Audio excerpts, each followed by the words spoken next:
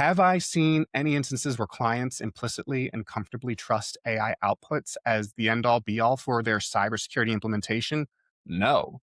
And I specifically think that's going to continue to be the case for two reasons. One, if you fail at cybersecurity, someone's getting fired. You, someone's getting fired. Not going to fire AI. AI has no feelings, right? But they always want a head on a plate these days. So Hmm. they always want, whether you're offsourcing, outsourcing, offshoring, whatever, if you're outsourcing it, or if even if you're doing it at home, someone there's got to be bodies there so that they can hold people accountable.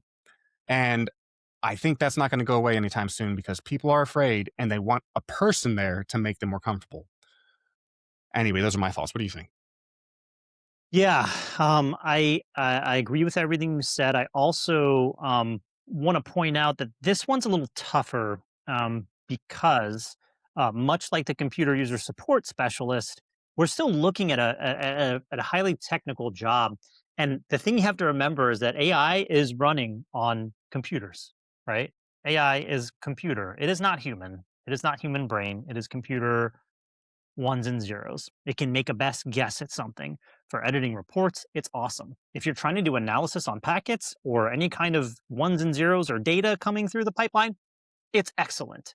Regular expression, sure, maybe it's dead, but maybe not. Also, we don't know yet. We're trying out some new stuff in the field and we're seeing if it works.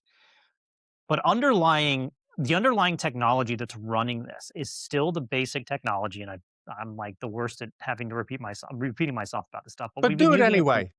yeah, we've been using it for 70 years. It's the same IPv4 stack because IPv6 hasn't caught on yet.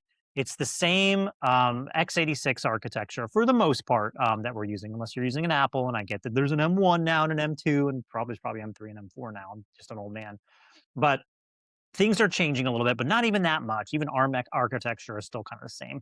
And we've seen this happen in the industry before. Like where computer security actually came from is because we started making computers simpler to use for the average everyday person, right? And then we started to see programming languages getting simpler, right? And we're like, oh, this is actually Python is actually kind of like human, almost human language, right? There's still some syntax and some stuff that you have to learn, but now it's like you can just type in a prompt and say, hey, I want to make an application on the iPhone to be able to do A, B, and C and track this and this and this, and it'll make one for you, right? The problem is that software developers are notoriously bad at secure software development.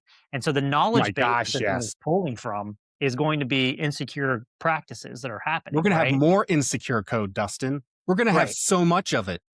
Oh, it's So going to suck. there's a compound issue here, right? It's we can't replace the job of a junior analyst because they have to learn it somewhere. And at some point, you're going to have to look at that AI system. You're going to have to audit it. You're going to have to make sure that it's doing the right things. You're going to have to make sure that it's saying the right things. You're going to have to make sure it's blocking the right packets or alerting the SOC correctly. It's not a false positive. Like these things are going to keep happening. And if we go too far away from where we currently are, even with programming and knowledge and understanding how computers work at a visceral level, it's going to get worse, right? We're going to get worse. So we still need that. So I'm not 100% on board with this one. I get where they're going for it. It's going to make things, yes, you can use probably one or two as opposed to a team of five. You could probably do the same thing with a team of one and two, but you're still going to have to train those individuals and there's still going to have to be, an understanding of what's going on in the background here. Anyway, I'll stop talking.